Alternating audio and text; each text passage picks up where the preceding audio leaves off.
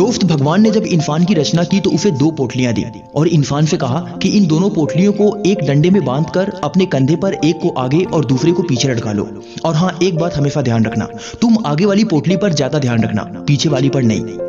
अब आदमी दोनों पोटलियां लेकर चल पड़ा। धीरे धीरे समय बीतता गया। वो आदमी आगे वाली पोटली पर बराबर नजर रखता, क्योंकि आगे वाली पोटली में उसकी कमियां थी और पीछे वाली में दुनिया की। वह आदमी अपने आगे वाली पोटली पर ध्यान रखकर अपनी कमियां सुधारता गया और अपने जीवन में तरक्की करता गया। अब उस आदमी के जीवन में धीरे धीरे खुशियां वापस आ रही थी, क्योंकि वह आदमी एक एक कमी दूर करता जा रहा था और अपने पीछे वाली पोटली जिसमें दुनिया की कमी थी उसे नजरअंदाज करता जा रहा था।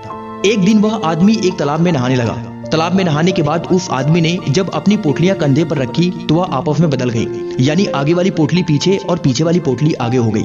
अब उस आदमी को सिर्फ दुनिया की कमियां ही कमियां नजर आने लगी। वह अब कहने लगा कि ये ठीक नहीं है, वो ठीक नहीं है, बच्चे ठीक नहीं है, पड़ोसी बेकार है, सरकार निकम्मी है, आदि आदि तरह की कमियां निकालने लगा। अब उसे अपनी कमियां बिल्कुल नहीं दिख रही थी, उसे सिर्फ दुनिया की कमियां दिख रही थी और नतीजा ये हुआ कि वह किसी को नहीं सुधार पाया, बल्कि उल्टा उसका ही पतन होने लगा। वह आदमी अपने जीवन में बहुत परेशान रहने लगा। तो वह वापस फिर भगवान के पास गया। भगवान ने उसे समझाया कि जब तक तेरी नजर अपनी कमियों पर थी तो तू तरक्की कर रहा था, अपने जीवन में बहुत खुश था, पर जैसे ही तूने दूसरों में मीन में कमियां और बुराइयां निकालना शुरू कर दिया तो वहीं से तेरा पतन शुरू हो गया।